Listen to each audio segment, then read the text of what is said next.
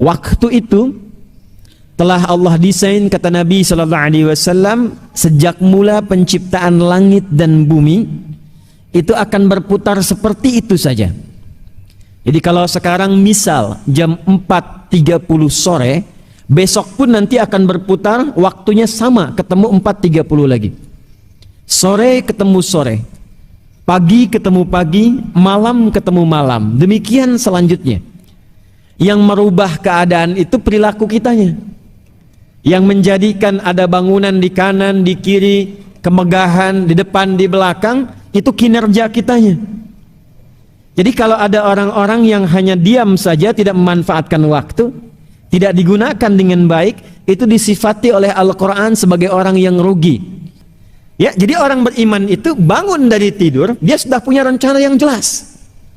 Kalau dia tak punya rencana yang dibimbing oleh imannya menjadi baik, maka disebut rugi oleh Al-Quran. Turunlah surah ke-103, wal asr, demi waktu yang aku berikan pada setiap manusia untuk beraktivitas. Innal insana, sungguh aku tegaskan, kata Allah, manusia yang beraktivitas itu, insan disebutkan 65 kali dalam Al-Quran, menunjuk pada aktivitas manusia yang dijalani. Sungguh manusia yang beraktivitas itu akan berpotensi rugi jika tak mampu memanfaatkan waktu yang diberikan kepadanya. Illalladzina amanu. Illalladzina perhatikan, ini bukan sekedar terjemahan, kecuali orang beriman. Bukan seperti itu menerjemahkannya. Cara memahaminya, orang beriman itu nggak rugi. Orang beriman itu teratur. Jadi kalau orang belum beriman, tidak punya kegiatan yang terukur, wajar, belum beriman. Tapi kalau sudah beriman, kata Allah, imannya membimbing dia untuk teratur. Kegiatannya teratur, dari ujung kepala sampai ujung kaki teratur, tatapannya teratur, nggak boleh sembarangan menatap. Beriman. Qul lil mu'minina yaghuddu min absarihim. Muhammad sallallahu alaihi wasallam viralkan, kata Allah. Nah, terjemah kekinian viralkan, ya. Kan kalau sudah viral, like, share, and subscribe, ya. Kata Allah, viralkan pada setiap pria-pria yang sudah punya iman. Pandangannya mesti teratur. Ketika yang dipandang itu tak baik, palingkan. Ghaddul basar, palingkan. Berbicaranya teratur. Ya ayyuhalladzina amanu, hei semua orang yang telah beriman, la yaskhar qaumin qaum, jaga lisanmu. Bicara yang baik saja, atur. Kata Nabi, man kana yu'minu billahi wal yaumil akhir falyakul khaira aw liyasmut. Katakan yang baik saja. Bismillahirrahmanirrahim. Assalamualaikum warahmatullahi wabarakatuh. Assalamualaikum warahmatullahi wabarakatuh. Assalamualaikum warahmatullahi wabarakatuh.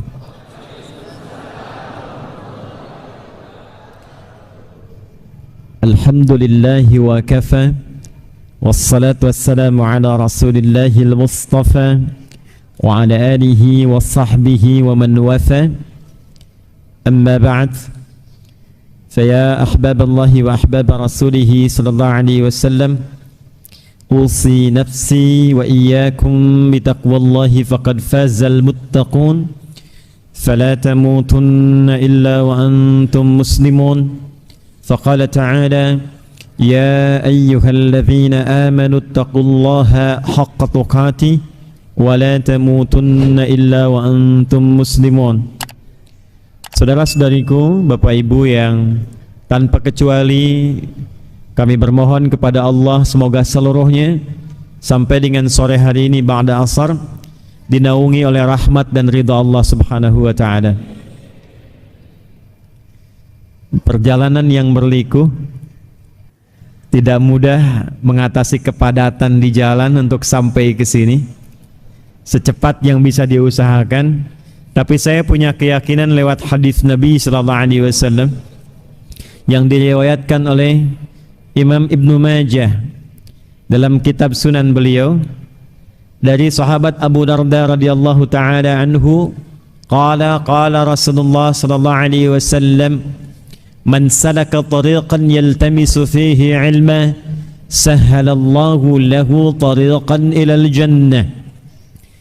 Siapapun yang menempuh perjalanan yang tidak mudah kadang berliku, melewati kepadatan yang tidak ringan, dengan tujuan untuk menuntut ilmu walaupun sedikit dia dapatkan, maka semua kepadatan dan seluk-beluk itu akan diganti oleh Allah dengan meringankan langkahnya saat di surga kelak. Hadis riwayat Muslim, nomor hadis 1679, menggambarkan pertemuan kita hari ini di waktu yang tidak biasa, di bulan yang tidak biasa. Maka kita mesti awali dengan paparan Nabi yang tidak biasa, menggambarkan keutamaan di hari ini, sore ini, di bulan ini.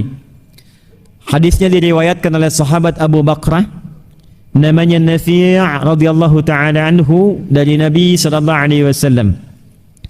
Qala Rasulullah sallallahu alaihi wasallam, inna az-zamana qad istadara ka hayati Yawma khalaqas samawati wal arda minha arba'atun hurum. Waktu itu telah Allah desain, kata Nabi sallallahu alaihi wasallam, sejak mula penciptaan langit dan bumi itu akan berputar seperti itu saja.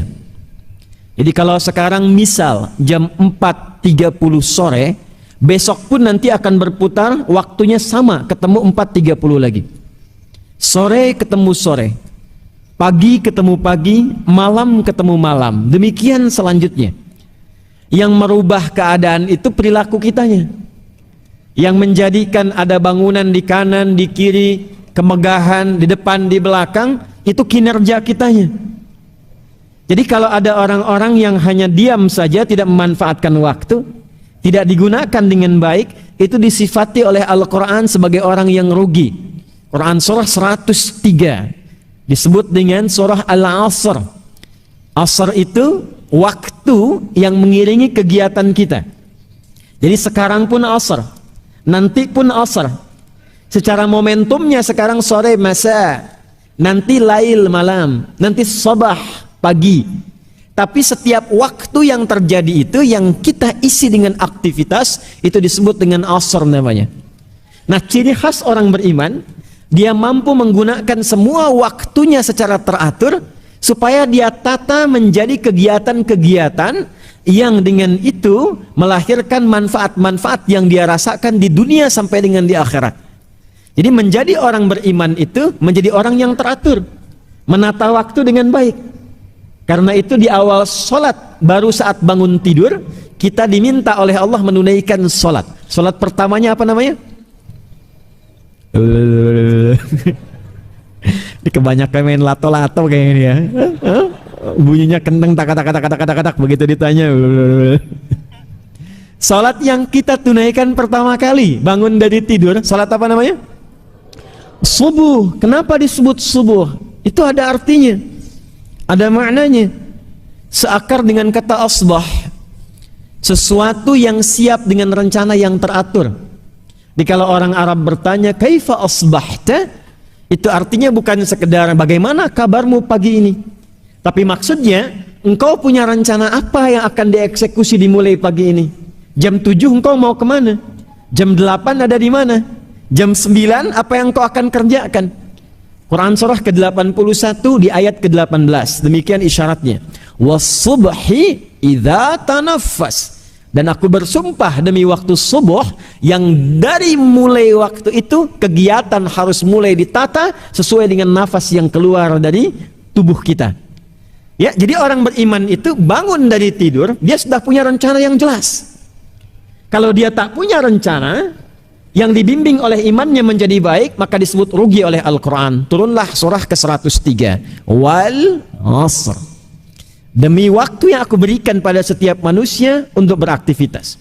Innal insana, sungguh aku tegaskan kata Allah, manusia yang beraktivitas itu, insan disebutkan 65 kali dalam Al-Quran, menunjuk pada aktivitas manusia yang dijalani. Sungguh manusia yang beraktivitas itu akan berpotensi rugi jika tak mampu memanfaatkan waktu yang diberikan kepadanya. Illalladzina amanu illalladzina perhatikan, ini bukan sekedar terjemahan, kecuali orang beriman, bukan seperti itu menerjemahkannya. Cara memahami ya, orang beriman itu nggak rugi. Orang beriman itu teratur. Jadi kalau orang belum beriman, tidak punya kegiatan yang terukur, wajar, belum beriman. Tapi kalau sudah beriman, kata Allah, imannya membimbing dia untuk teratur. Kegiatannya teratur, dari ujung kepala sampai ujung kaki teratur, tatapannya teratur, nggak boleh sembarangan menatap. Beriman. Qul lil mu'minina yaghuddu min absarihim. Muhammad sallallahu alaihi wasallam viralkan, kata Allah. Nah, terjemah kekinian viralkan, ya. Kan kalau sudah viral, like, share and subscribe, ya. Kata Allah, viralkan pada setiap pria-pria yang sudah punya iman. Pandangannya mesti teratur. Ketika yang dipandang itu tak baik, palingkan. Ghaddul basar, palingkan. Berbicaranya teratur. Ya ayyuhalladzina amanu, hai semua orang yang telah beriman, la yaskhar qaumin qaum, jaga lisanmu. Bicara yang baik saja, atur. Kata Nabi, man kana yu'minu billahi wal yaumil akhir falyakul khaira aw liyasmut. Katakan yang baik saja. Diatur kata-katanya, jangan menyinggung orang. Jangan menggunjing orang. Jangan gibahkan orang. Saya tidak, Ustaz. Bagus, enggak seperti ibu itu tuh. Sama itu. Oh? Jadi kita itu makhluk teratur sepanjang kita beriman. Bicaranya nggak boleh sembarangan. Berjalannya teratur. Wa ibadur rahmanil ladzina yamshuna 'alal ardi hauna wa idza khatabahumul jahiluna qalu salama. Jalan insan beriman tuh hamba Allah yang penyayang, kata Quran tuh teratur jalannya. Nggak mungkin mampir ke tempat-tempat yang tidak jelas. Pandangan teratur, pendengaran teratur, lisannya teratur. Keluar dari sini lihat reklame, ada sesuatu yang tak boleh dipandang, imannya membimbing dia, palingkan. Ghaddul basar, gak boleh dilihat. Lisannya istighfar, wasari'u ila maghfirah, astaghfirullah. Harusnya tidak seperti itu. Dan antara pandangan dan lisan tidak ada yang terlambat. Astaghfirullah. Salah ini. Itu orang beriman. Karena itu kalau sudah beriman, itu konsisten beramal soleh. Perhatikan, illalladzina amanu wa amilus. Nah, jadi sejak bangun tidur itu, insan beriman itu digambarkan dalam Al-Quran sudah punya rencana-rencana positif. Jadi berbanggalah sebagai orang muslim yang beriman. Dari malam itu udah siap-siap, Pak, Bu. Nabi mengajarkan, hei, sebelum tidur evaluasi dulu yang kemarin. Fa idza faraghta fansab. Kemarin sholatnya berjamaah berapa kali? Kemarin ke masjid berapa waktu? Baca Quran enggak? Katanya pengen masuk surga, surganya Firdaus, ketemu Nabi lagi. Ya, baca Quran jarang. Ke masjid terlambat. Masjid sudah bagus, tempatnya luar biasa. Tetangga dengan masjid, toaknya begini tuh ke arah rumahnya. Ya, kurang apa lagi tuh? Ya kan? Cita-cita surga Firdaus dekat dengan Nabi, hisabnya pengen ringan. Quran bertanya, ya, hei, bagaimana amalanmu? Bagaimana konsistensimu? Maka mulai dari saat akan tidur evaluasi. Yang kurang istighfari, sehingga Allah mengampuni dosa-dosa kita yang mungkin terjadi karena kelalaian. Makanya Nabi menyontohkan sebelum tidur istighfar. Astagfirullah, astagfirullah, astagfirullah, sampai hati tenang. Nah, dengan tenang itu baru istirahat tidur. Makanya orang beriman itu tidurnya tenang. Kalaupun meninggal pada saat itu, meninggalnya pun tenang juga. Ya ayyatuhan nafsul mutmainnah. Coba deh Pak Ibu, seperti sederhana ini. Sebelum tidur istighfar, istighfar, istighfar, sampai merasakan ketenangan. 70 itu bilangan banyak yang kadang tidak menunjukkan real 70. Maksudnya apa? Sampai lisan merasakan nyaman, hati merasakan tenang. Pusing 7 keliling, keliling Citra Grand. Apakah sampai 7 kali keliling? Tidak.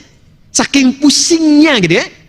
Nah, maka astagfirullah, astagfirullah, astagfirullahaladzim, dan berharap besok bisa bangun kalau Allah perkenankan dan menyempurnakan apa yang kurang. Malam direncanakan. Karena itulah saat bangun dari tidur, hadis riwayat Jundub bin Junadah. Dan Mu'adz bin Jabal radhiyallahu taala anhuma tercantum di Al-Bukhari. Dari Nabi sallallahu alaihi wasallam mengajarkan saat bangun tidur, alhamdulillahilladzi ba'dama wa ilaihin.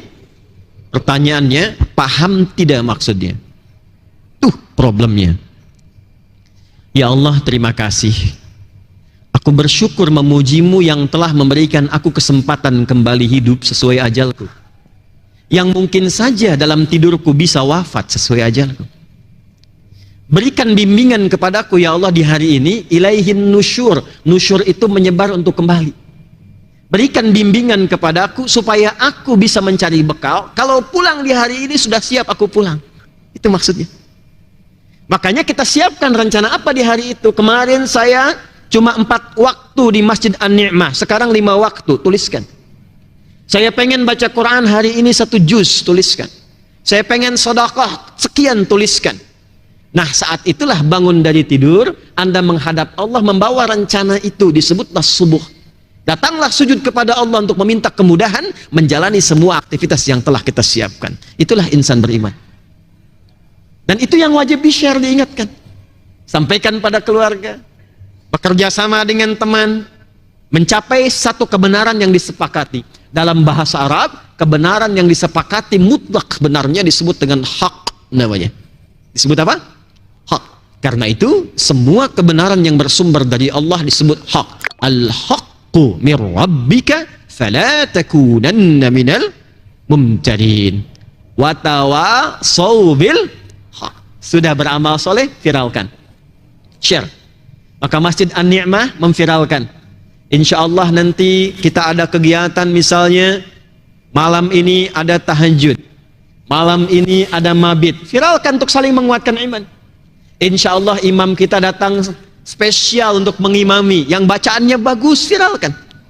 Insya Allah ada ta'lim yang menguatkan, cari materi yang baik, cari pemateri yang bagus, viralkan. Itu watawasaw bil haq. Jaga itu sampai dengan wafat.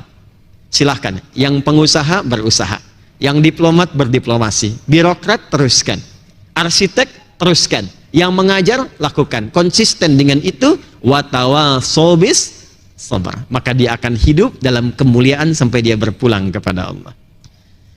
Sekarang waktunya istimewa. Kata Nabi sallallahu alaihi wasallam, kembali ke hadis Muslim nomor hadis 1679, seperti itulah kita mesti menata rencana mengisi waktu. Kalau enggak berputar-putar terus. Nah, di antara akumulasi waktu itu nanti ada sehari jadi pekan. Pekan jadi bulan. Bulan jadi tahun. Kata Nabi, setahun itu ada 12 bulan. Dari 12 itu ada 4 yang istimewa. Khusus untuk berlatih mengevaluasi diri. 3 berurutan, talata mutawaliyat, Dzulqa'dah bulan ke-11, Dzulhijjah bulan ke-12, Al-Muharram bulan pertama, dan Rajabun Mudhar syahrul ladzi baina Jumada wa Sya'ban. Bulan Rajab bulan ke-7, letaknya antara 6 dan 8, Jumada dan Sya'ban. Sekarang kita ada di Rajab itu. Sekarang kita ada di Rajab itu. Maka ketika seseorang mampu ada di bulan ini atas izin Allah, ada kemuliaan yang melekat pada dirinya, sampai-sampai di Al-Quran disebutkan dzalika dinul qayyim fala tadhlimu fihinna anfusakum. Itu adalah ketentuan agama yang mulia, maka berlatihlah di bulan-bulan ini untuk mengevaluasi diri. Ini bulan evaluasi, bulan menata aktivitas kita. Mudah-mudahan dengan tataan itu hidupnya bisa lebih baik, sisa hidupnya bisa lebih mulia, dan pulangnya husnul khatimah insyaallah. Baik, ini mukaddimah kita.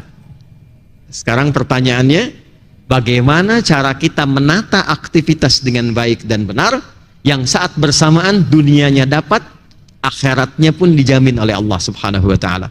Itu materi kita, dan di sini kita akan memulai insyaallah lewat hadis dulu, baru kemudian ke ayat. Sekarang kita hanya akan bersama Al-Quran, hadis, Al-Quran, hadis. Yuk kita turunkan materinya. Ini baru mulai. Bismillahirrahmanirrahim. Hadis riwayat Al-Bukhari. Nomor hadis 5027. Saya agak lambatkan ya karena sudah masuk inti materinya. Diriwayatkan pula oleh Imam Muslim, At-Tirmidzi, Imam Ahmad bin Hanbal, pun demikian Imam An-Nasa'i rahimahullah. Saya akan bacakan jalurnya dulu. Saya baca dari kitab apa? Kitabnya tersambung sampai ke Nabi. Jadi supaya bacaan kita di Islam tuh indahnya tidak ada satu pun referensi yang berdiri sendiri. Semua itu sudah divalidasi sampai ketemu sumber asalnya. Itu di Islam, namanya sanad. Terdapat dalam Sunan An-Nasa'i, Imam An-Nasa'i menerima hadis ini dari Ubaidillah bin Sa'id. Ubaidillah bin Sa'id menerima hadis ini dari Syu'bah. Syu'bah menerima hadis ini dari Yahya. Yahya menerima hadis ini dari Sufyan. Sufyan menerima hadis ini dari Alqamah bin Marthad. Alqamah bin Marthad menerima hadis ini dari Sa'ad bin Ubaidah. Sa'ad bin Ubaidah menerima hadis ini dari Abi Abdurrahman As-Sulami. Abi Abdurrahman As-Sulami menerima hadis ini dari Uthman bin Affan radhiyallahu taala anhu. Uthman bin Affan radhiyallahu taala anhu menerima hadis ini dari Nabi Muhammad sallallahu alaihi wasallam, bin Abdullah bin Abdul Muttalib bin Hashim bin Abdul Manaf bin Qusay bin Murrah bin Kilab bin Ka'ab bin Ghalib bin Fihr bin Malik bin Nadar bin Kinana bin Khuzaimah bin Mudrikah bin Ilyas bin Nizar bin Mudar bin Ma'ad bin Adnan bin Addi bin Adri bin Muqawwam bin Nahur bin Tarikh bin Ya'rub bin Yasjub bin Nabit bin Ismail alaihi salam bin Ibrahim alaihi salam bin Azar atau bin Nahur bin Kinan bin Arfakhshad bin Sam bin Nuh alaihi salam bin Mikhlail Matusyala bin Kinan bin Anwas bin This bin Adam alaihi salam. Coba ulangi. Apa hadisnya? Qala Rasulullah sallallahu alaihi wasallam, khairukum man ta'allama al-Qur'ana wa 'allama. Khairukum man ta'allama al-Qur'ana wa 'allama. Yang terbaik di antara kalian, kata Nabi. Jadi khair itu sifat yang melekat pada tindakan apapun dan profesi apapun. Jadi kalau di sini ada pedagang, Anda mengikuti petunjuk Nabi ini akan menjadi pedagang yang terbaik. Anda di sini ada yang pengajar, diikuti petunjuk Nabi ini maka akan jadi pengajar yang terbaik. Anda arsitek, diplomat, birokrat, diikuti petunjuk Nabi ini maka Anda akan menjadi terbaik di bidangnya. Dan ini kisahnya bukan sekedar cerita, tapi sudah kenyataan yang terwariskan. Tidak ada satu pun di era Nabi yang belajar dengan Nabi mengikuti panduan ini kecuali mereka menjadi terbaik di masanya dan diwariskan kurikulum ini pada generasi setelahnya. Siapa yang kenal Umar sebelum belajar dari Nabi? Siapa yang kenal Uthman, Abu Bakar As-Siddiq? Tapi masanya sudah berlalu selama 15 abad sampai sekarang orang masih mengenal dan mencari kisahnya. Dari mana bisa viral dan sukses demikian? Kuncinya di sini. Man ismun mausulun yadullu 'ala al-fardiyatil 'ammiyah.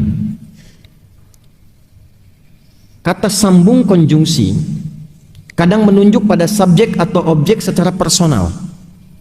Jadi kalau di Quran ditemukan man atau di hadis disebutkan man, artinya tawarannya bersifat personal kepada setiap orangnya, nggak dibedakan sama sekali. Karena itu saya sedang mengartikan siapapun. Ya.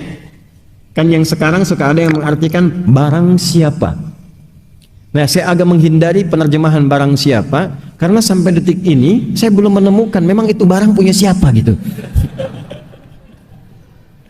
Jadi saya lebih memilih siapapun, besar, kecil, tua, muda, yang ingin jadi yang terbaik. Maka syaratnya kata Nabi 2. Berapa syaratnya? 1, ta'allamal Qur'an. Ta'allamal Qur'an, mau belajar isi Al-Quran dengan sungguh-sungguh serius. Mau belajar Al-Quran dengan serius. 1, nanti kita akan lihat rahasianya. 2, wa'allamah, dan mempraktekan atau bahkan mengajarkan apa yang ia telah pelajari itu.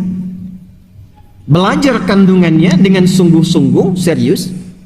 Lalu setelah dipahami, dipelajari, praktikan Bahkan ajarkan kepada orang lain apa yang telah dipahami itu. Ada apa di balik rahasia ini? Kenapa mesti Al-Quran? Itu yang coba kita akan turunkan di pertemuan sore ini, tentang rahasia besar Al-Quran yang mengantarkan pada kesuksesan berkehidupan. Baik, dan ini sudah nggak perlu diriset karena sudah dibuktikan dalam kehidupan kita. Kita mulai dengan Quran surah kedua Al-Baqarah di ayat ke-38.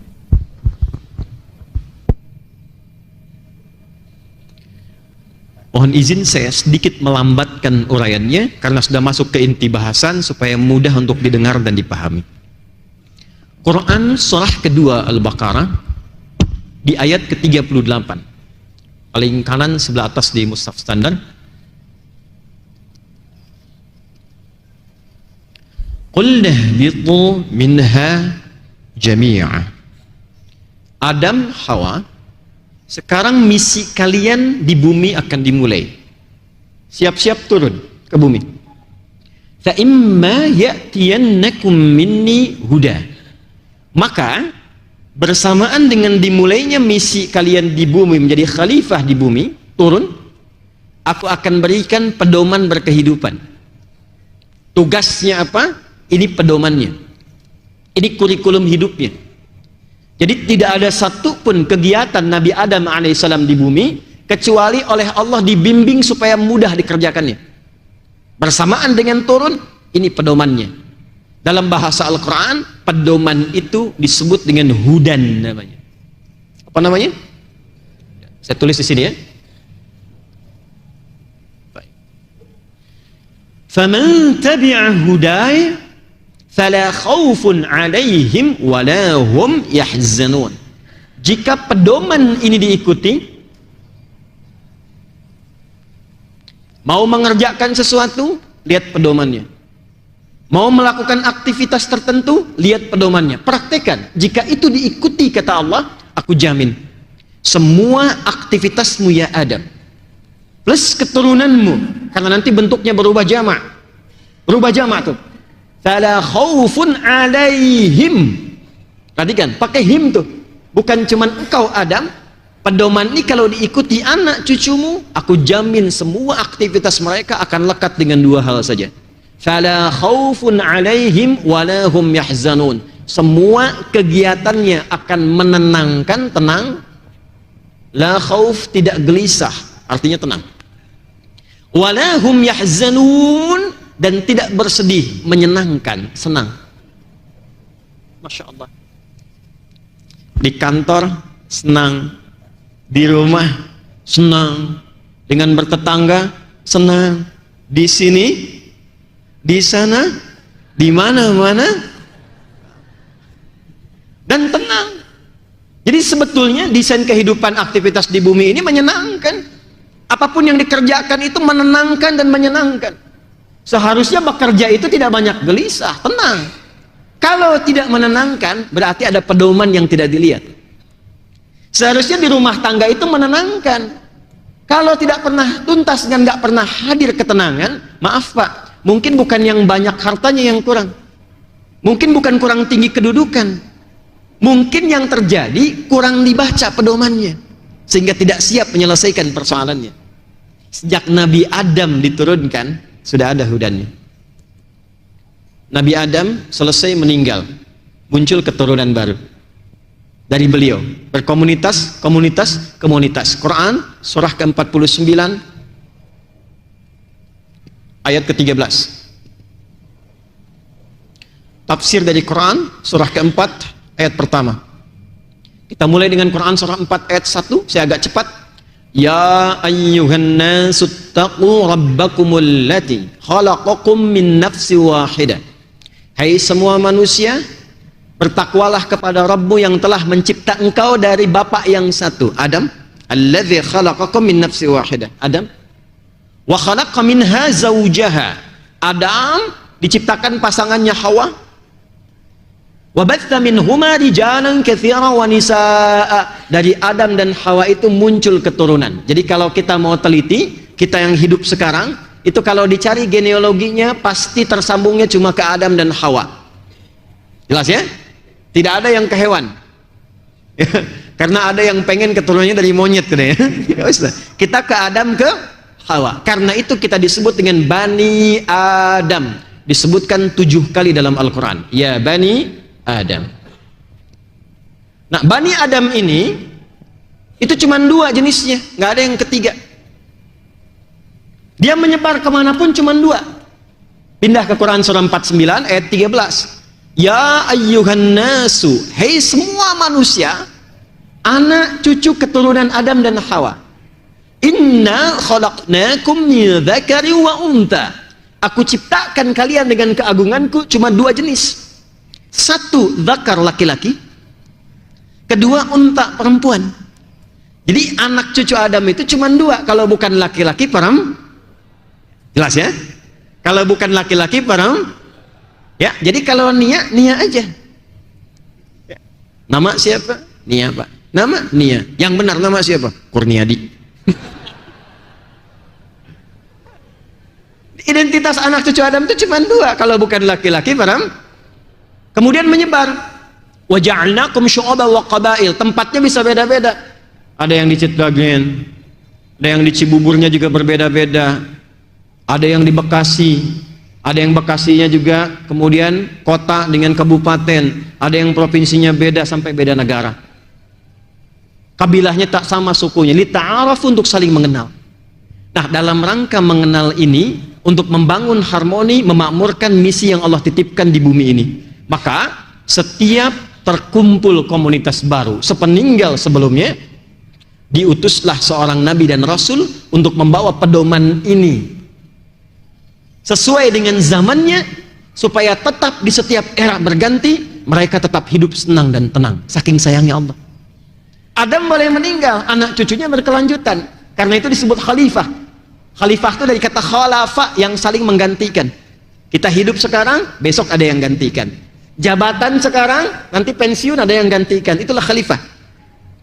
Nah, di setiap komunitas berganti, eranya tak sama. Adam meninggal, muncul komunitas baru, diutus Nabi Nuh alaihissalam.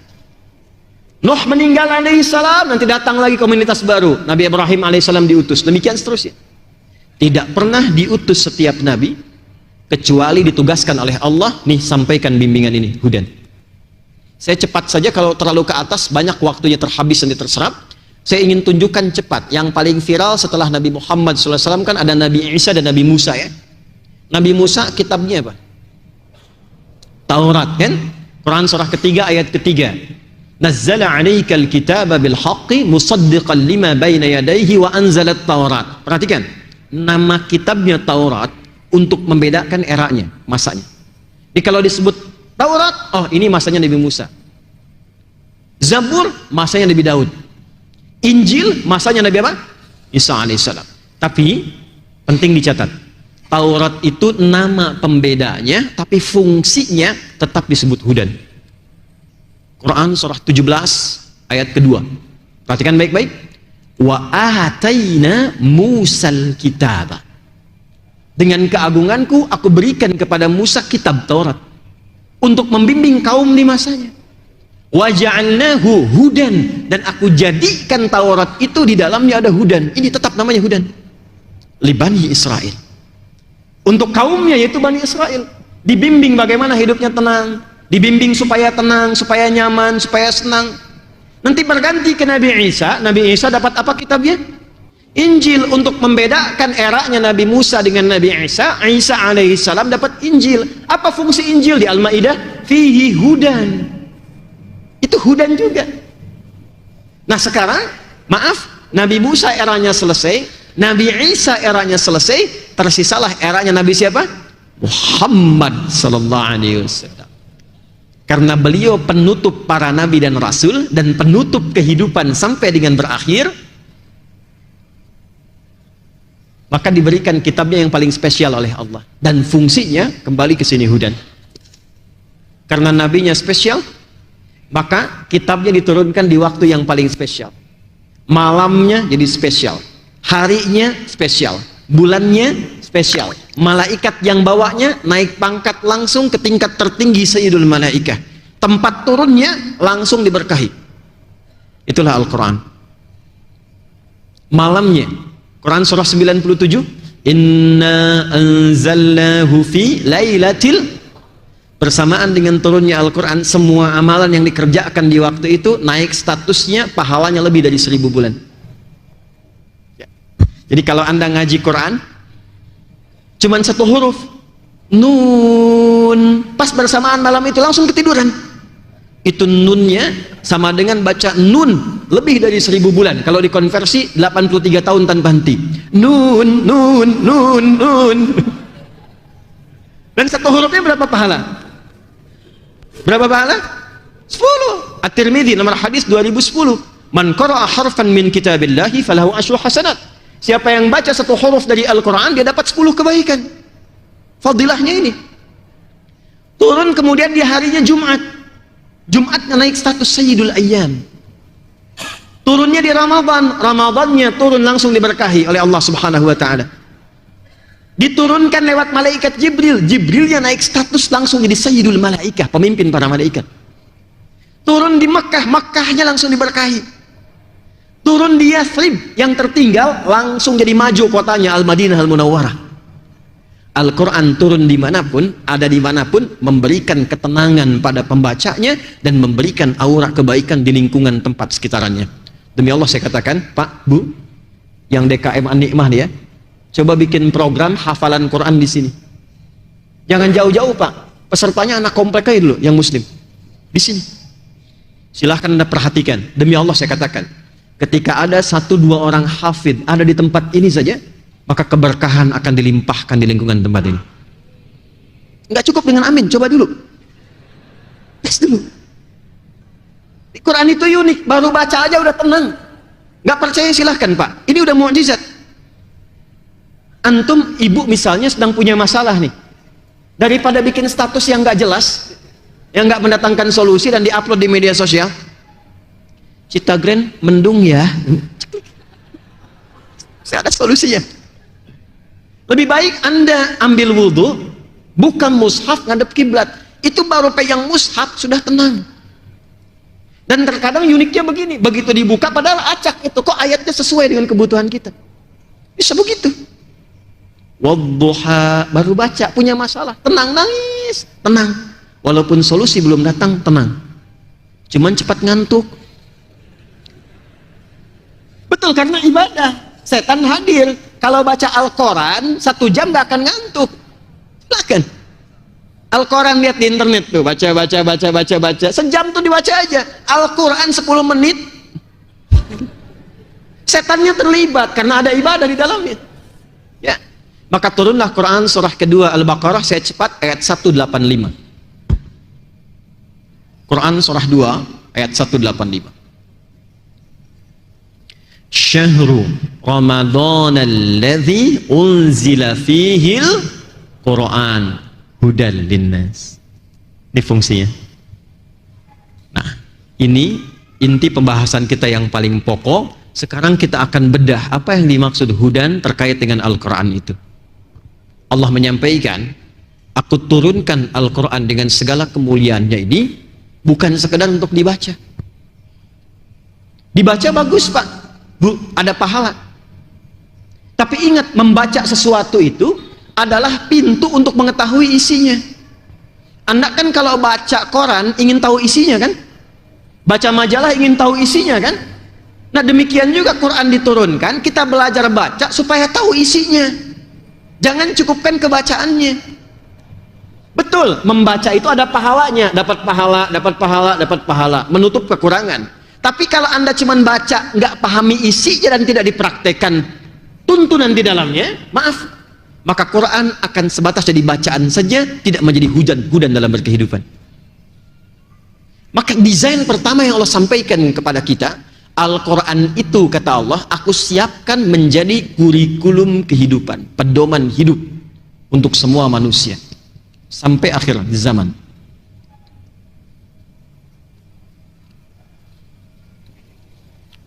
Ini ada TV Pak, kanan kiri, bagus. Saat diinstal pertama kali ada pedomannya kan? Kalau nggak diikuti pedomannya bisa nyala nggak? Teratur tidak? Handphone Anda bagus-bagus, ada buku petunjuk kan? Kalau Anda menyalahi petunjuk itu, handphone bisa error dan rusak. Anda beli mobil baru semahal-mahalnya, nggak dibaca pedomannya, rusak. Semua butuh pedoman. Nah, Al-Quran ini dari Al-Fatihah sampai An-Nas ternyata bukan bacaan biasa. Di situ semua inti kehidupan kita. Jadi kita mau bergerak apapun, di situ ada petunjuknya. Karena itu Allah ajarkan turunnya. Kenapa sampai 23 tahun kurang lebih?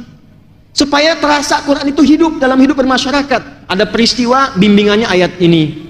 Ada kejadian di rumah tangga, bimbingannya ayat ini. Di kantor ada persaingan yang tidak wajar, bimbingannya ayat ini. Sedang belajar supaya cepat hafalannya, tidak mudah lupa, ayatnya ada ini. Sudah berkeluarga, menambahkan keturunan, bimbingannya ini. Kalau lahir kemudian mulai mengandung, ya bagaimana petunjuknya, ayatnya ini. Semua ada. Dan tidak pernah ada orang mengikuti itu kecuali tenang dan senang, sukses hidupnya. Karena itulah rahasianya, kenapa Al-Quran diturunkannya bukan di tempat maju, tapi di tempat yang paling terbelakang. Mekah itu kan nggak ada peradaban, tempatnya tandus, nggak tumbuh tanaman, cuman tempat pertemuan orang untuk berhaji atau dagang. Yang maju itu kalau bukan Romawi di kanan, atau Persia di kiri. Ini yang punya peradaban nih, punya segalanya. Tapi Allah nggak turunkan Quran di sini, supaya orang tidak mengatakan di kemudian hari, pantas maju turunnya di Romawi, pantas hebat turunnya di Persia. Tapi Allah memilih titik paling rendah yang ada di muka bumi, tengah-tengah kehidupan di bumi, di tengah-tengahnya. Quran surah 14 ayat 37, biwadin ghairi dzi zar'in 'inda baitikal muharram. Di tempat tandus yang bahkan tanaman nggak tumbuh pada masa itu. Peradaban tidak ada. Maaf, kriminalitas paling lengkap. Jadi kalau Anda ingin mencari di masa itu seorang pencuri, itu sekampung bisa pencuri semua. Pemabuk sudah nggak aneh, Pak. Paling amatir, sering saya sampaikan, pada masa itu yang mabuk paling amatir 5 kali sehari. Jadi kalau baru 2 kali belum amatiran, kelas bawah lagi. Pezina tiap hari, zinanya pun banyak variannya. Itu semua lengkap.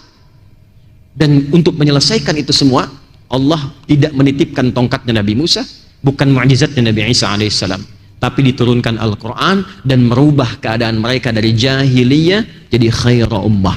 Turun Quran surah 3 ayat 110, kuntum khaira ummatin ukhrijat. Nah, sekarang perhatikan desainnya. Al-Fatihah, saya agak cepat, sampai An-Nas. Berapa surat? 114 surat. Untuk memudahkan dibagi juz. Berapa juz? 30 juz. Fokus? 6.236 ayat. Perhatikan baik-baik. Kalau kita urutkan dari Al-Fatihah sampai An-Nas, secara tematik ditemukanlah bimbingan kehidupan kita. Dari mulai belum dilahirkan sampai kembali kepada Allah, lengkap ada di sini. Saya akan bacakan cepat. Anda tidak perlu menulis. Karena ini direkam, nanti Anda bisa lihat dari rekamannya lagi. Contoh, saya agak cepat. Dalam kandungan, bagaimana prosesnya supaya terjaga dengan baik? Turun Quran surah ke-22 Al-Hajj ayat yang kelima. Didetilkan di Quran surah ke-23 misalnya ayat 11 sampai dengan 13-nya. Doa apa yang bisa dibacakan oleh perempuan yang sedang mengandung supaya kandungan nanti terlahir dalam keadaan baik, anaknya saleh? Muncul Quran surah ke-7 Al-A'raf ayat 189. Ketika sudah terlahir, apa yang pertama diberikan oleh ibu yang baru melahirkannya, dan apa yang dilakukan oleh ayah yang baru jadi ayah pada saat itu? Turun Quran surah kedua ayat 233. Diberikan ASI optimal sampai 2 tahun. Kalau sudah diberikan ASI usia 2 tahun sampai menjelang baligh, apa tuntunan yang menjadikan anak itu supaya dekat dengan Allah, taat pada orang tuanya, bisa baik dengan lingkungan? Turun Quran surah 31 ayat 13 sampai dengan 19. Dia mulai belajar bagaimana tipikal belajar yang ideal supaya ilmunya juga meningkat, pintar, imannya tetap terjaga kuat. Turun Quran surah ke-58 ayat yang ke-11. Dia telah mulai menyebar, makin tinggi tingkat belajarnya. Bagaimana cara belajarnya supaya cepat paham, mengerti, dan bisa berbakti untuk negerinya? Turun Quran surah 9 ayat 122. Muncul kedewasaannya, kenal dengan pasangan jenisnya, mulai tertarik, apa yang dilakukan? Turun Quran surah keempat ayat keempat, langsung lamar, berikan bagiannya, langsung nikah. Bagaimana cara menikahnya? Quran surah 30 ayat ke-21. Terjadi pernikahan, apa yang menjadi hak dan kewajiban suami istri supaya paham apa yang dilakukan? Turun Quran surah keempat ayat 34. Apa tugasnya suami? Dasarnya mencari nafkah. Turun Quran surah kedua ayat 168 yang standar. Kalau ingin cepat, turun Quran surah kedua ayat 172. Kadang belum berangkat, rizkinya sudah menunggu. Quran surah ke-7 ayat ke-96. Dalam pencarian nafkah itu kadang tidak sedikit singgungannya, akan muncul ujian-ujian. Pelajari kaidah dasarnya, ujian Quran surah kedua ayat 214, rinciannya Quran surah kedua ayat 155 sampai 157, solusinya ditemukan di Quran surah ketiga ayat 142. Tantangannya kadang ada yang ingin menyingkirkan, gak mau anda yang maju, harus yang lain yang unggul. Bagaimana cara amalan kita mendekat kepada Allah supaya dilindungi, majunya baik, diselesaikan solusi dengan baik, dilindungi oleh Allah? Turun amalan Quran surah ke-17 di ayat 79 sampai dengan 81. Kemudian istri yang di rumah, apakah mudah begitu saja menunggu? Tidak. Dia merawat anak kadang-kadang nggak mudah, kadang berkata turun tuntunan Quran surah ke-17 ayat 23 sampai dengan 27. Dua-duanya kompak mendidik sampai merasakan kenikmatan, usia berkembang, usia 40 tahun maju. Kata Allah, jangan lupakan kedua orang tuamu, berbakti dulu pada ayah ibumu. Kalau ada harta yang kau dapatkan kesuksesan di rumahmu, perhatikan bapak ibumu. Turun Quran surah ke-46 ayat yang ke-15. Kalau belum sadar, ingat ibu yang melahirkanmu, merawatmu, mendidikmu. Jangan cepat marah kepada kedua orang tuamu, baktikan sempurna, engkau sukses sekarang. Turun Quran surah ke-31 ayat yang ke-14. Kemudian dia naik lagi, harta mulai banyak. Mulai berbagi, berikan haknya. Lihat keluargamu sekitaran, kamu punya adik, kamu punya kakak, lihat mungkin anaknya nggak sekolah, mungkin adik kamu itu punya anak-anaknya perlu kekurangan, perlu bantuan, maka mulai ada skema infak dengan 5 bagian utama. Quran surah kedua ayat 215. Kalau lebih lagi ada zakat, diambil Quran surah ke-9 ayat 103, disalurkan ke 8 golongan. Quran surah ke-9 ayat yang ke-60. Anda naik lagi, semakin tinggi, maaf, jangan dikira akan selamanya hidup di dunia. Pada akhirnya akan kembali seperti masa kecil ya. Quran surah ke-22 ayat yang ke-5. Kemudian setelah itu datang kematian, dimulai dengan maut. Quran surah ketiga ayat 185.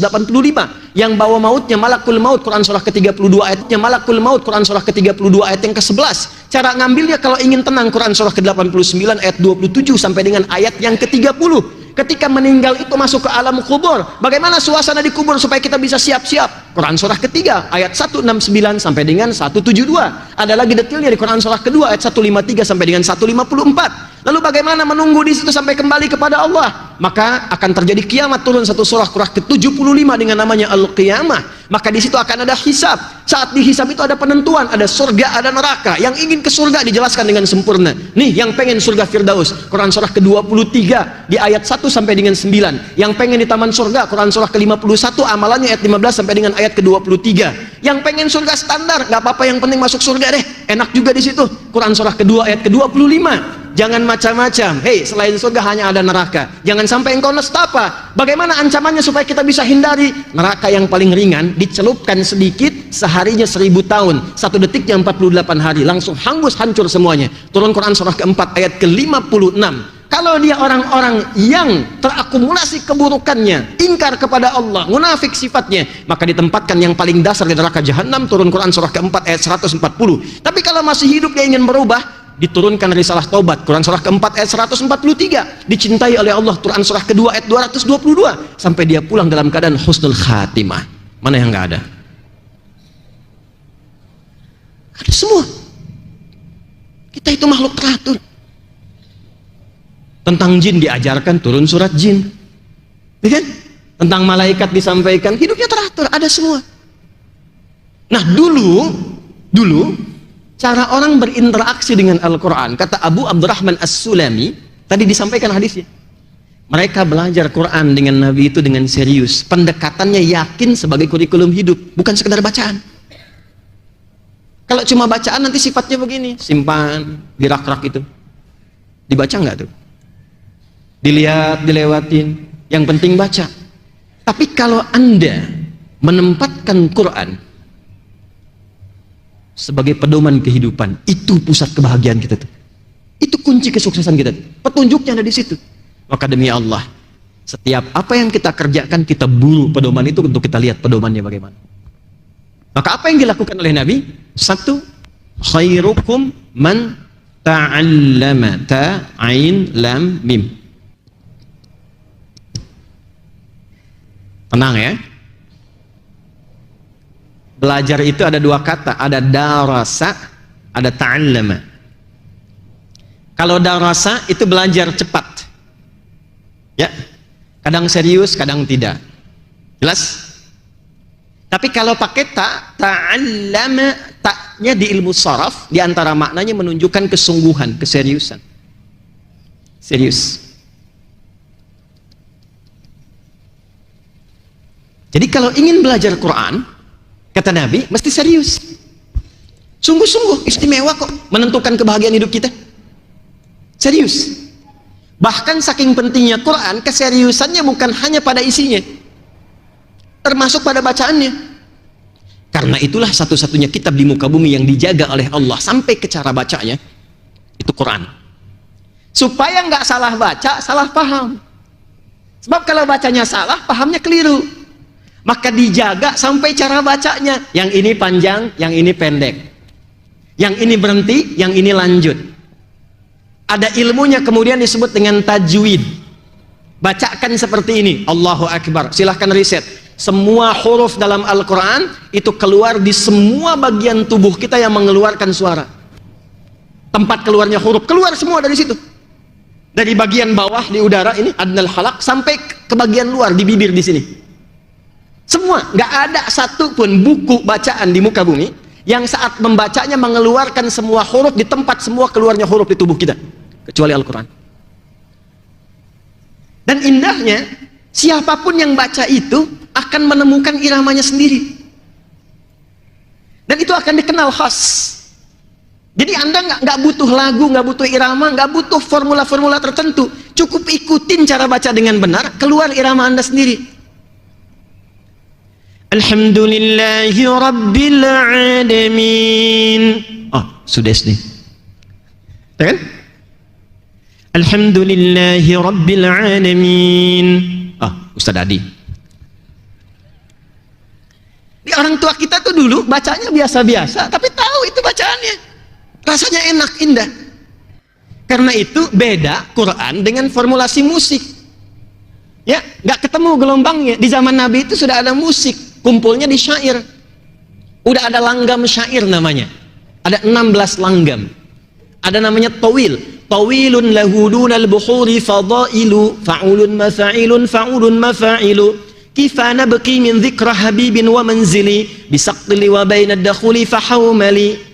Ada rajas, mustaf'ilun mustaf'ilun mustaf'ilun mustaf'ilun mustaf'ilun mustaf'ilun sautus safiril bulbuli hayyaja qalbi thamili al-ma'u wa zahru ma'a zahri lahzul muqali fa anta ya sayyidali wa sayyidi wa maulali fakam tajummuni ghazayyinun uqayqali qataftuhu min waznatin min fi'li hadzal rajuli faqala la la la la faqad ghada muharwili wa wal walad wali wali ya wailali faqultu wa wal wili fabayyinul lu'ali qalat lauhina kadza in harwadhul muqali kahatan kaqailali tattabi ada.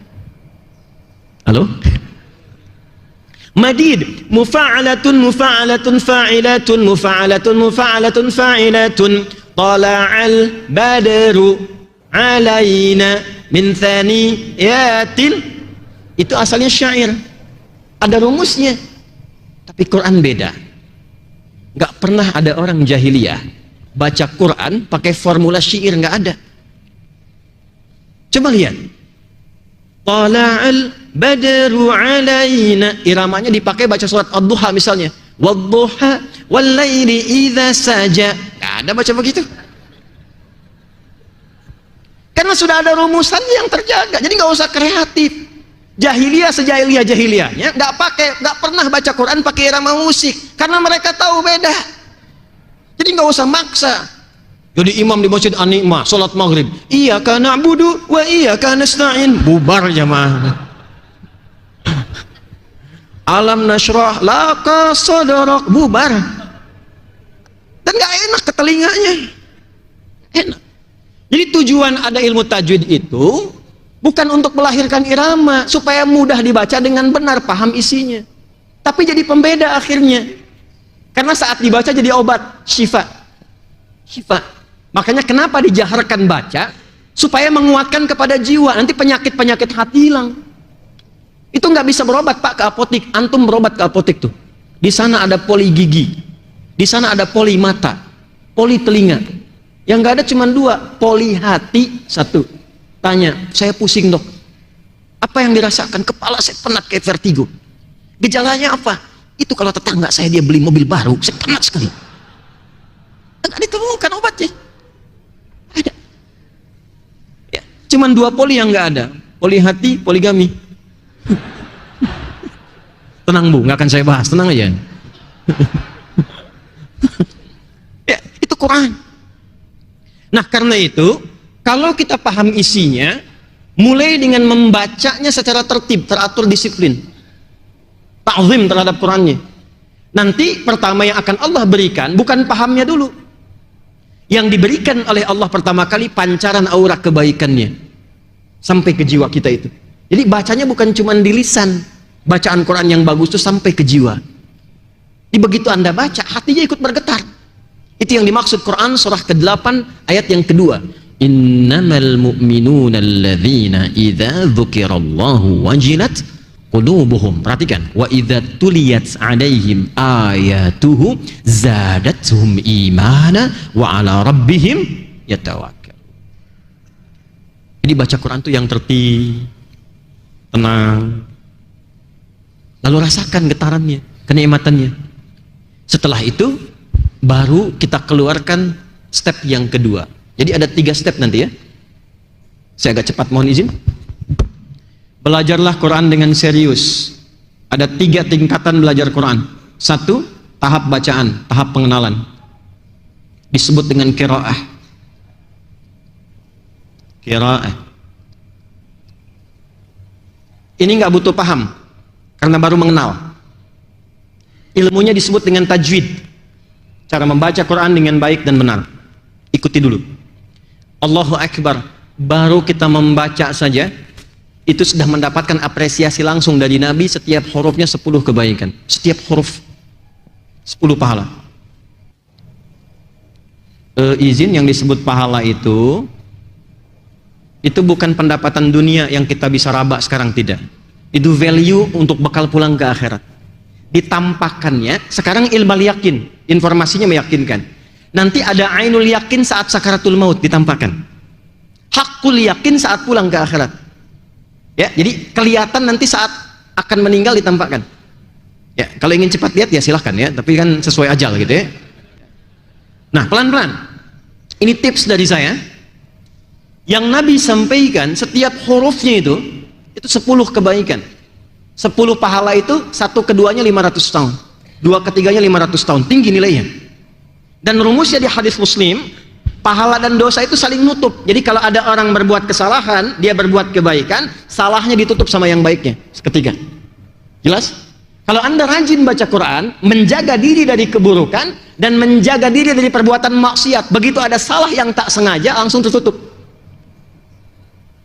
Nah, cara bacanya, kalau mendapatkan guru yang ketat, berbahagialah. Bersabar dulu di 20 ayat pertama, selanjutnya kesananya itu bisa lebih mudah. Coba lihat ya. Misal, ini dari bagian bawah nih, supaya tercakup semua pembahasannya. Ini bagian bawah yang mengeluarkan suara, namanya adnal halaq di sini. Ada hamzah, alif dan ha. A, ha. Keluar sampai di bibir. Itu ada mim wa uba. Diwakili oleh Al-Quran alif, lam, mim. Nanti ke sini ada ha misalnya. Di dalam ada kha. Nanti ke sini nih, di lidah ada lam misalnya. Sampai keluar ke bibir. Itu semua huruf 28 sampai 29 huruf keluar dari tempat ini semua. Tapi di antara itu ada yang paling sulit, ada yang menengah, ada yang biasa. Contoh. Zal, za. Dengan dal. Sulit mana? 1 atau 2? Zal atau dal? Bukan. Sulit yang kedua, dal. Karena dal itu butuh energi dari dalam dikeluarkan, infijar, bahasa tajwidnya qalqalah. Dal. Qaf, ta, ba, jim, dal, hurufnya 5. Tapi kalau zal cuman di sini. Da.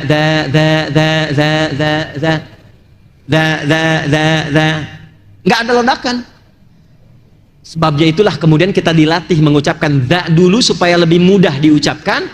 Da nanti kadang-kadang sulit membedakan dengan za. Kan? Dha dengan za, zai kita kenal begini. Dha dengan za, maka nanti kita akan temukan dha dilatih dengan zi, dipertemukan dengan za, nanti dilatih dengan zi supaya lancar keduanya. Alif lam mim dha, dzalikal kitabu la hudallil. Setelah lancar dha, pindahkan ke zi ayat 3. Alladzina yu'minun. Dzi. Sudah lancar dzi, muncul za ayat 3. Alladzina yu'minuna bil ghaibi wa yuqimunas salata wa mimma za. Sini. Nanti lancar dzi za, za. Maka muncul zi dan zi ayat 4. Walladzina yu'minuna bima zi. Itu indahnya Quran. Dilatih lidah kita. Jadi kalau kita sabar mengaji 20 ayat, itu kesananya lebih mudah.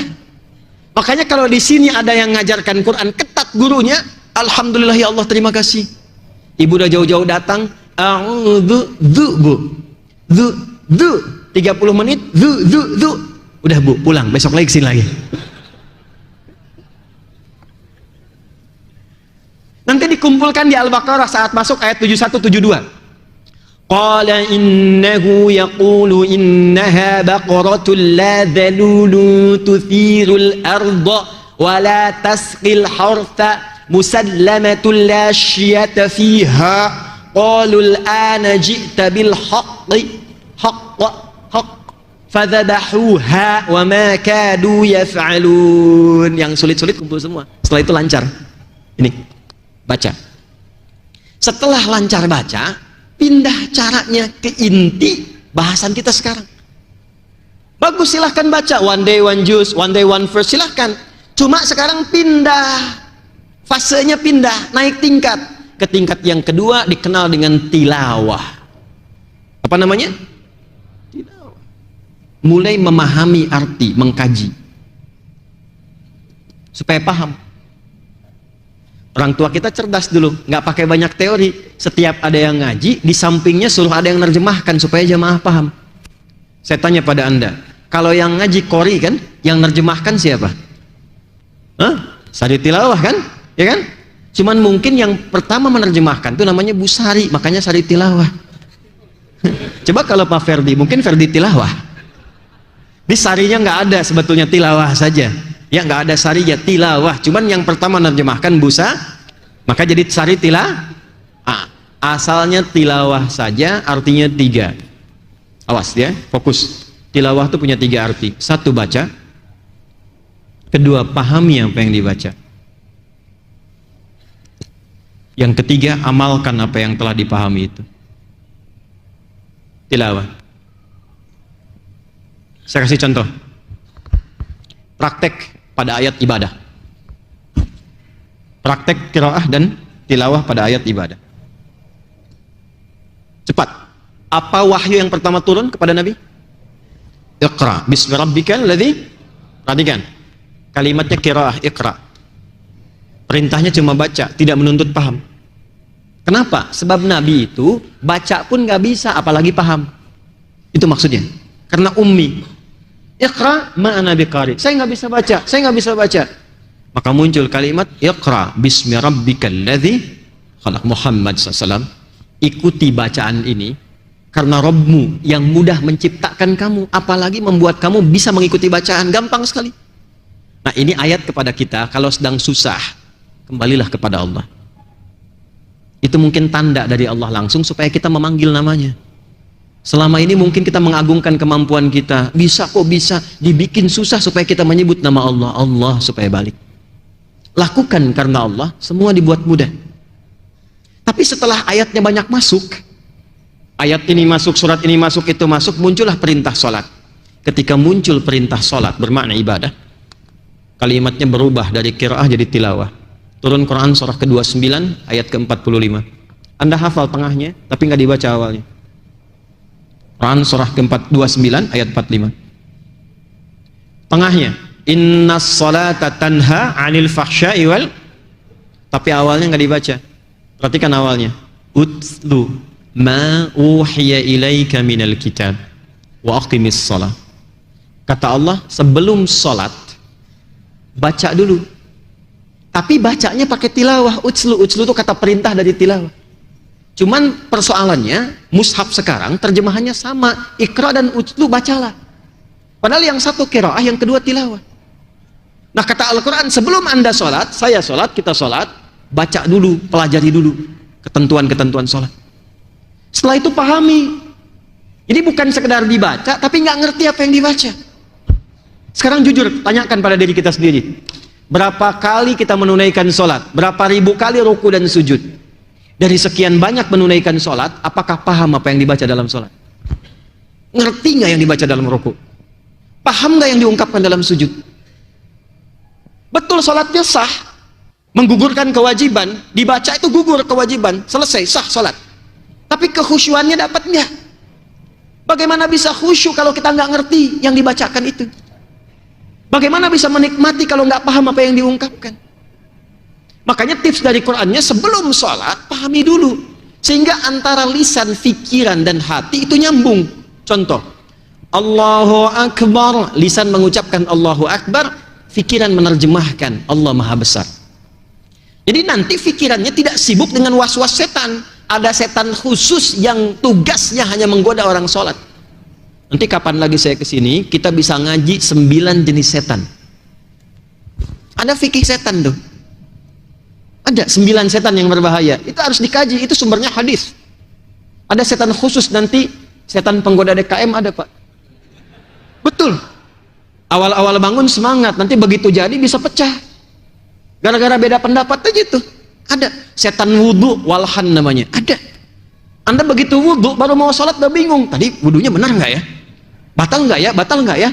Ah, kayaknya enggak deh. Padahal baunya udah kemana-mana, gitu kan? Itu walhan. Ada setan pasar, ada. Setan rumah, ada. Anda ke mall keluar nih, ibu pulang ke situ, lihat tas bagus, ke bawah-bawah sampai ke rumah, sampai mau tidur ke bawah. Itu setan pasar tuh kerjanya.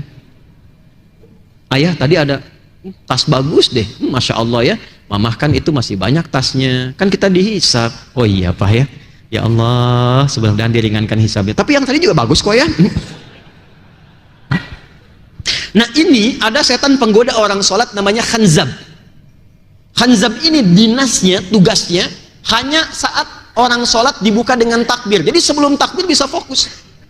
Nanti cek saat maghrib tuh, kalau Anda belum takbir, Anda bisa fokus begini. Tapi begitu Anda takbir, di Abu Daud Nabi sampaikan, idza kabbara, atau kama qala Rasulullah sallallahu alaihi wasallam, jika dia sudah mulai bertakbir, sudah takbir nih, fayaqulu syaitanu, maka setan memulai tugasnya, uzkur kadza, ingat ini ya, ingat itu ya. Maka Anda akan mengingat apapun yang bahkan tidak ingin Anda ingat. Kalau nggak percaya, nanti pas sholat maghrib Anda takbir, ini pengingat saya pun akan diulang lagi oleh setan tuh. Ingat ya, kata Ustadz Adi, itu setan itu. Saat takbiran itu. Iya nanti nih. Nah, lihat tadi pas sholat maghrib. Gitu deh. Hatta la yash'urul musalli kam raka'atan yusalli, sampai ada orang sholat nih, kalau Nabi katakan pasti benar. Sampai ada orang sholat tidak sadar berapa rakaat sedang menunaikan sholatnya. Iya, ini pelakunya. Nah, bagaimana caranya? Pahami dulu. Sehingga ketika lisan mengucapkan Allahu Akbar, pikiran langsung menerjemahkan Allah Maha Besar. Hati meresapi, ya Allah, aku mengikrarkan Engkau yang Maha Besar. Namun bahkan sebelum sholat aku merasa besar dibandingkan orang lain. Sombong dengan tetangga, angkuh terhadap pasangan, merasa yang lebih pintar dibandingkan yang lain, yang lebih banyak hartanya, lebih hebat kedudukannya. Aku bertobat ya Allah. Maka bacalah kemudian setelah itu, Allahumma ba'id baini wa baina khataya ya kama ba'adta bainal masyriqi wal maghrib. Nah, khataya itu jamak dari khati'ah. Kalau ada ya kecil di ujungnya, pengakuan. Khataya, ya Allah, aku sadar aku banyak salahnya, tapi aku pun mengerti tahu Engkau banyak rahmatnya. Aku datang membawa kesalahan saat ini, ya Allah, mohon ampuni aku, jauhkan antara aku dengan kesalahanku, jangan pertemukan di akhirat, karena sekecil apapun pasti akan ditampakkan. Faman ya'mal mithqala dzarratin syarran, jauhkan seperti Engkau jauhkan timur dan barat yang nggak pernah ketemu keduanya. Itu maksudnya.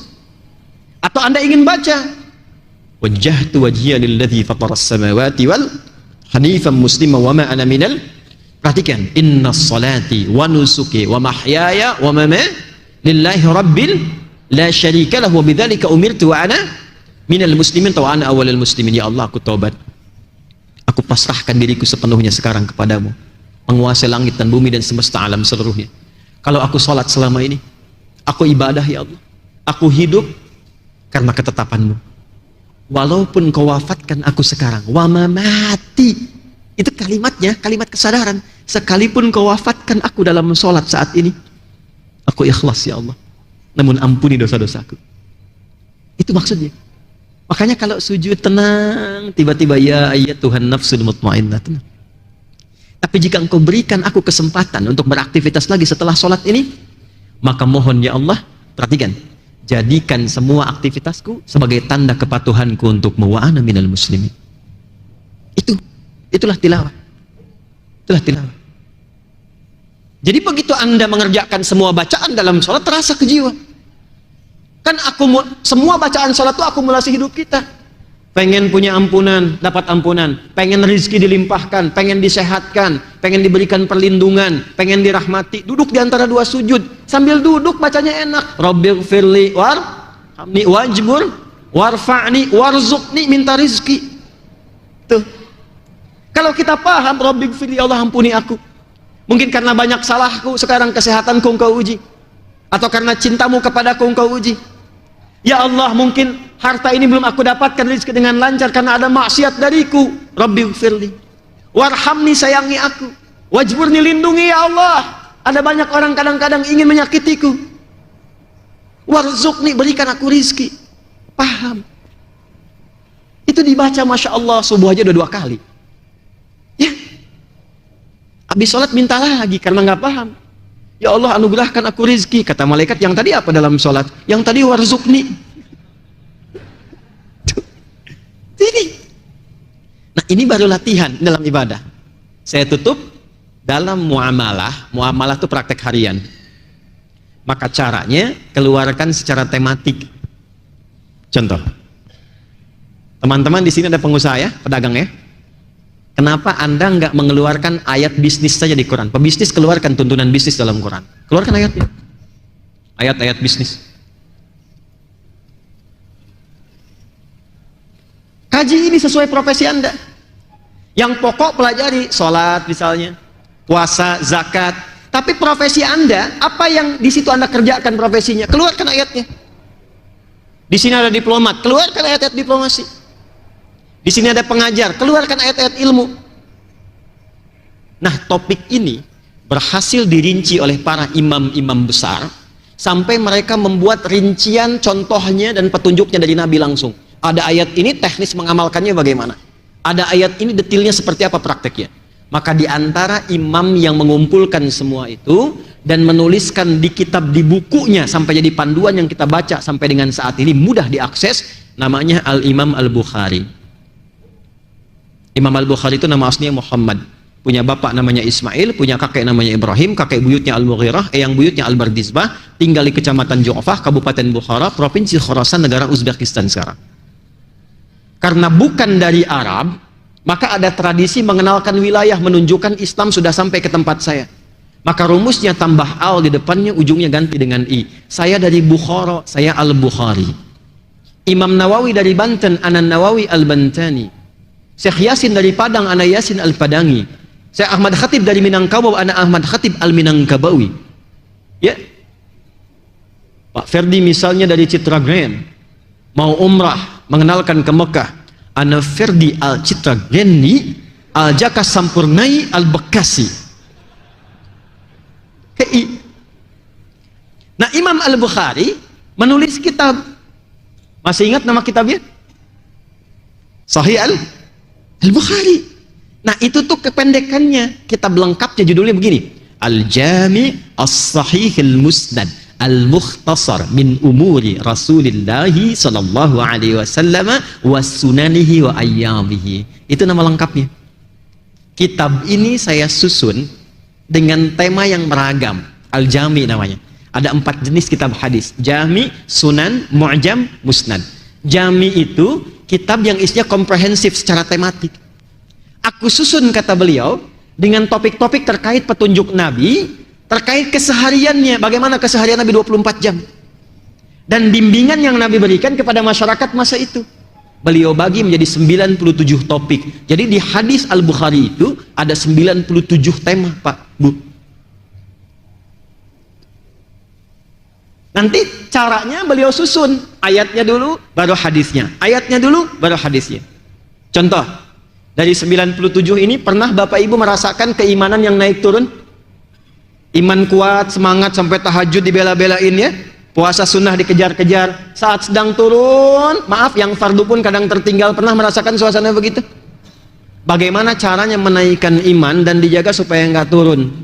Maka di topik yang kedua ada namanya Kitabul Iman, isinya 50 hadis, 57 hadis. Bagaimana supaya menjaga iman? Ada ayatnya, ini hadisnya. Bagaimana menjaga iman lewat harta? Ini ayatnya, ini hadisnya. Bagaimana menjaga iman lewat pergaulan? Anda tinggal di tempat baru, nggak tahu komunitasnya bagaimana. Bagaimana menjaga imannya? Ini ayatnya, ini hadisnya. Ya, ada anak-anak muda yang masih belajar. Ada kitab yang ketiga, topik ilmu, Kitabul Ilmi. Bagaimana belajar yang efektif, mengatur waktu belajar. Anda yang pengajar, ada lagi di hadis ini, topiknya Kitabul Ilmi. Nabi itu punya jadwal pengajiannya untuk ibu-ibu hari Kamis. Nanti untuk bapak-bapak tempatnya di Sufah. Dan termanage dengan baik. Ini pelajaran A, ini pelajaran B, ini yang kasih fatwa hari sekian. Dan indahnya, nggak ada satupun yang belajar mengikuti pola ini kecuali menjadi jenius di zamannya. Melewati lebih daripada 5 kepakaran ilmu. Dahsyat. Dari ingatannya tajam, Pak. Itu level kelima. Biasanya orang sekarang kan cuma 4 level kan. Cepat ingat, lambat lupa. Nomor 1. Cepat ingat, cepat lupa. 2. Lambat ingat, lambat lupa. Yang agak repot memang yang keempat. Lambat ingat, cepat lupa. Udah kita terangin hampir 2 jam. Ya. Begitu mau selesai baru ingat, keluar masjid lupa. Tapi yang ini level yang kelima. Cepat ingat, sulit lupa. Jadi bukan mau ingat, mau lupa susah. Begitu disebutkan langsung ingat. Mau lupa susah. Biasanya utang kan ya begitu ya. Ini ilmu. Saya bisa bicara karena saya melihat orang dulu, lalu saya coba itu caranya. Dari sejak saya masuk pesantren, Pak, sampai hari ini sampai hari ini. Saya dulu tuh cuma belajar, ikuti aja caranya bagaimana. Saya belum hafal, belum bisa bahasa Arab. Misal, saya belajar tajwid, kitabnya Hidayatul Mustafid fi Ilmi Tajwid. Belajarnya hari Rabu, masuk kelasnya jam 4, saya belajar jam 2. Sampai sekarang terbayang, di mana belajarnya, jam berapa, di tempat mana. Sampai isi kitabnya masih ingat. At-tajwidu lughatan al-ityanu bil jayyidi wa istilahan ilmu yu'rafu bi ahkam mustaqim min sifati wal mududi wa ghairi dhalika katarqiqi wa tafhim wa nahwihima ma ghayatu ilmi at-tajwid ghayatu bulughun nihayati fi itqani lafdh al-Qur'ani alamatul qiyam min al-hadrati nabawiyyati afsahiyyati wa qila ghayatu sawnul lisani 'anil khata'i fi kitabillah ta'ala. Yang umum juga begitu, Pak. Kami belajar umum, saya senang riset.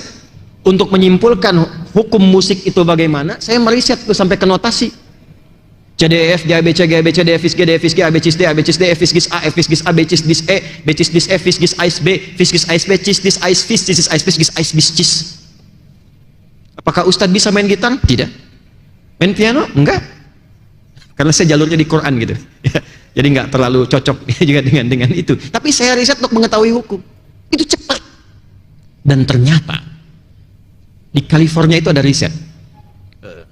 I was in America around I think 1 month ago when I was in US and we were in Boston.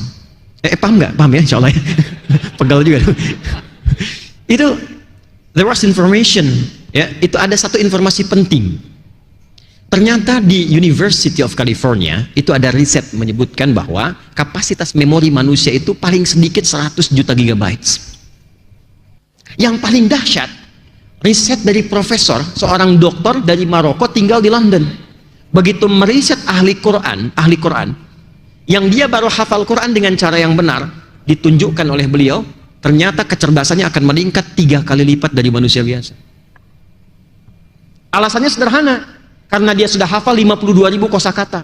Menurut teori standar, yang banyak hafalannya, banyak masuk informasinya, memudahkan otaknya terstimulus untuk menghafal apapun dengan cepat.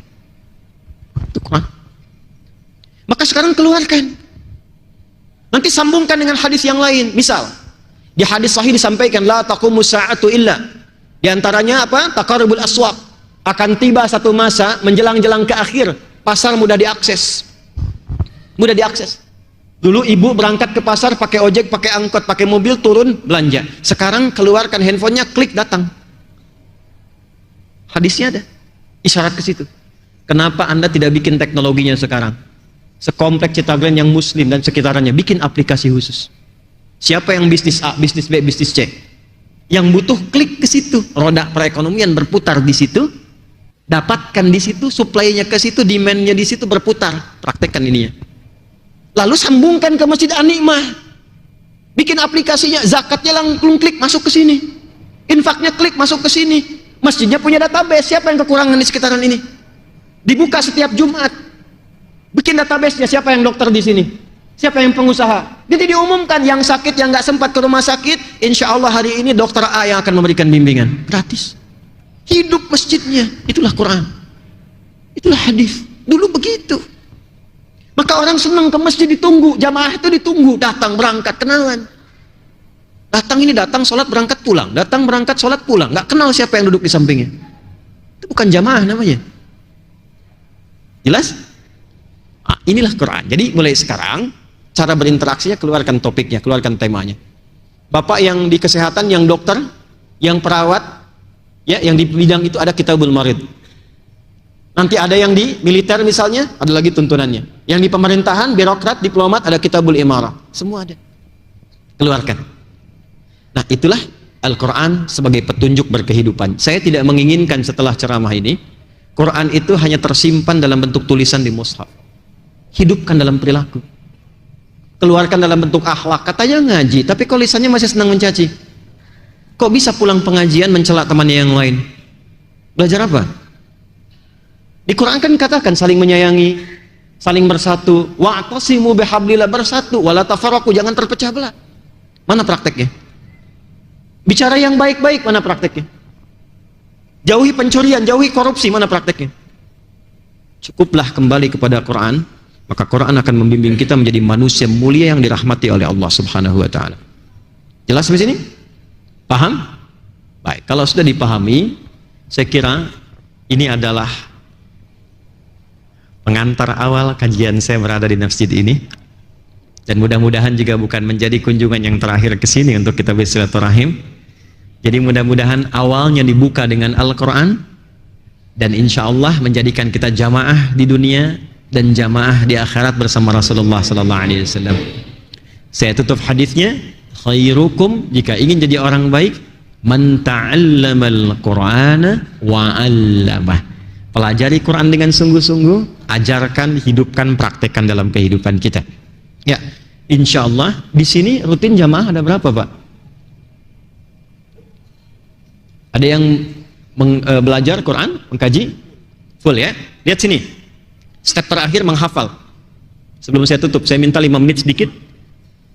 Bacaan sudah, qiraah, tilawah sudah, terakhir menghafal. Hafalan.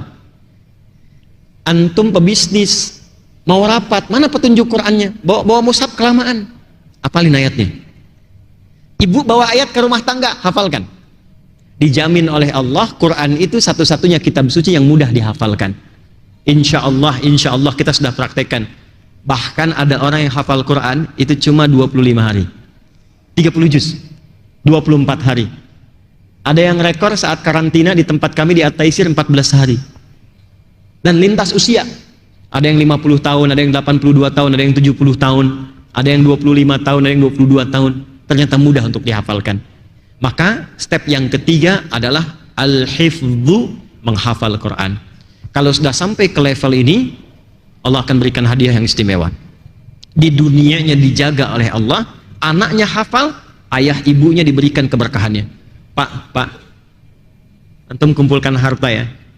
Dari berangkat gelap, pulang gelap, capek, lelah. Demi Allah, Pak, satu anak aja di rumah, jadikan penghafal Quran. Anda saat pulang capek kerja itu, begitu melihat anak Anda yang kecil sedang mengulang hafalan Quran, hilang penatnya, Pak. Yang lebih indah saat Anda meeting di kantor, anak Anda telepon dari pesantren, ayah, terbata-bata dia mengatakan, aku sudah hatam hafalannya 30 juz. Demi Allah saya katakan, Anda dapat proyek sebesar apapun akan gugur semua itu dikalahkan oleh kalimat anak itu yang mengatakan, Nanda telah selesai hafalan Qurannya. Itu berkah, Pak, Bu. Anda punya ahli Quran di rumah, penghafal Quran. Walaupun belum sampai 30 juz, tapi penghafal Quran itu jadi mutiara di dalam kehidupan rumah Anda. Ya, tempatkan, hidupkan itu, dan insya Allah saya akan bantu nanti ke sini. Kita siapkan untuk sementara 100 paket untuk memudahkan hafalan Quran. Nanti siapkan, Pak, ya. Kita bisa kirim. Satu paketnya itu ada 3 buku. Nanti ada 300 buku ke sini. Ada 100 paket, itu kita berikan sebagai hadiah. Silahkan, nanti dikembangkan di sini. Ya, supaya ada penghafal Quran di sini. Dan saya berikan kabar gembira, kita itu makhluk hebat. Saya tunjukkan, kita masih punya waktu nggak? Ya, saya jam 6 harus kembali, kita punya 10 menit. Saya minta 5 menit saja kita belajar menghafal Quran dengan nomornya, dengan posisinya. 5 menit Anda hafal Quran, 5 ayat, dengan nomor posisinya dibolak-balik, diacak. Mau? Saya simulasikan, saya contohkan. Semuanya akan bisa insya Allah. Ya, baik. Pilih, mau Al-Baqarah atau An-Naba? Al-Baqarah aja ya. Ya, An-Naba kan biasa ya. Al-Baqarah. Ya, saya contohkan nih. Bismillah. Baru pertama datang, angin datang sendiri, nerangkan sendiri, tulis sendiri, hapus sendiri. Masya Allah. Masya Allah. Alhamdulillah. Masjidnya nikmat betul, yang hapus sendiri, nerangin sendiri. Masya Allah. Alhamdulillah. Jazakallah khair. Kita punya waktu sampai jam 6. Perhatikan baik-baik. Kita akan keluarkan 5 ayat saja. Dan saya tunjukkan kepada Anda betapa mudahnya Quran dihafal. Nanti kalau hari Quran, kita bisa kumpul sama-sama di Istiqlal. Ya. Ya, nggak apa-apa. Jazakallah khair ya. Masya Allah. Alhamdulillah. Saya bikin gini dulu ya. Oke. Ibu kelihatan, Bu, ini? Kelihatan, hebat. Belum saya tulis udah kelihatan ya. Cuma di masjid ini yang belum ditulis udah kelihatan. Luar biasa. Jamaah milenial ya. Lihat sini. Kita ambil 5 ayat dulu Al-Baqarah. Baik, lihat baik-baik. Posisinya kiri. Mana? Saya tulis di atasnya kiri. Gini ya, kalau saya mengajar menyebutkan posisi, itu bukan ingin menunjukkan saya hafal letak ini, bukan. Untuk menggambarkan interaksi dengan Quran kita itu utuh. Di saat ngimamin itu terbayang mushafnya di depan kita. Saat mau mencari cepat aksesnya, itu maksudnya, ya. Dan tidak harus seperti itu, ya. Lihat sini. Posisinya di mana? Kiri. Ini kalau saya sebutkan begini, 1, ini di atas berarti ya. Kiri atas. Mana? Atas. Baik. Ini 2 di sini. Kalau saya sebutkan 3 berarti kiri tengah, apa? Tengah. Ini ya, tengah kan? 4. 5 berarti kiri apa? 1, 2, 3, 4, 5. Pelan-pelan. Saya tuliskan supaya cepat, saya sebutkan potongannya saja. Nanti kita pas 5 menit lagi kita coba. Lihat sini. 1 alif lam mim. Apa? Ya. 1 apa? Alif lam. Baik. Ayat berapa? 1. 1 alif. Baik. Posisinya kiri. Baik. 2 dzalika. Apa? 2 apa? 2 apa? 1. Baik. Baik. 3 alladzina. Baik. 3 apa? 3 apa? 4 walladzina. 4 apa? Nah, kata kuncinya yang paling gampang cari yang mirip-mirip, yang tengah ini supaya cepat gampang. Alladzina ni walladzina. Kalau alladzina pasti 3, kalau walladzina pasti 4, sisanya yang lain. 5 ulaika. 5 apa? Oke, ulaika. 5 apa? Baik, 1 apa? 2 3 4, 5. Baik, ikuti saya dulu. 1, 2, 3, 4, 5. Baik, sekarang kita mulai ya. Pas tuh ya. Di 5 menit kita ambil 1 menit saja. Perhatikan. 1 alif lam mim. Apa? 2 apa? Dzalika. 3, 4, 5. Baik, sekarang kita mulai acak. Sebut, lihat tangan saya. 4, 3, 5, 2, 1. Oke, 2. Surat apa? Ayat berapa? Posisinya di mana? Ulaika. Ayat berapa? Posisinya di mana? Gak nyampe semenit tuh. Tes kita hapus. Tes. Gak apa. Biar, biar antum gak ngeles waktu saya tanya tuh. Nih, lihat sini. Lihat sini. 3, 5, 2. Ini kosong, nggak ada apa-apa tuh. Tapi karena sudah terbiasa dengan Quran, melihat nomor sudah terbiasa. Anak-anak kami belajar Quran dengan nomor murajaahnya. Ya, dengan nomor. 7. Khatamallahu ala qulubihim wa ala sam'ihim wa ala absarihim ghishawa lahum adzabun 'adzim. PC kamu ukuran berapa?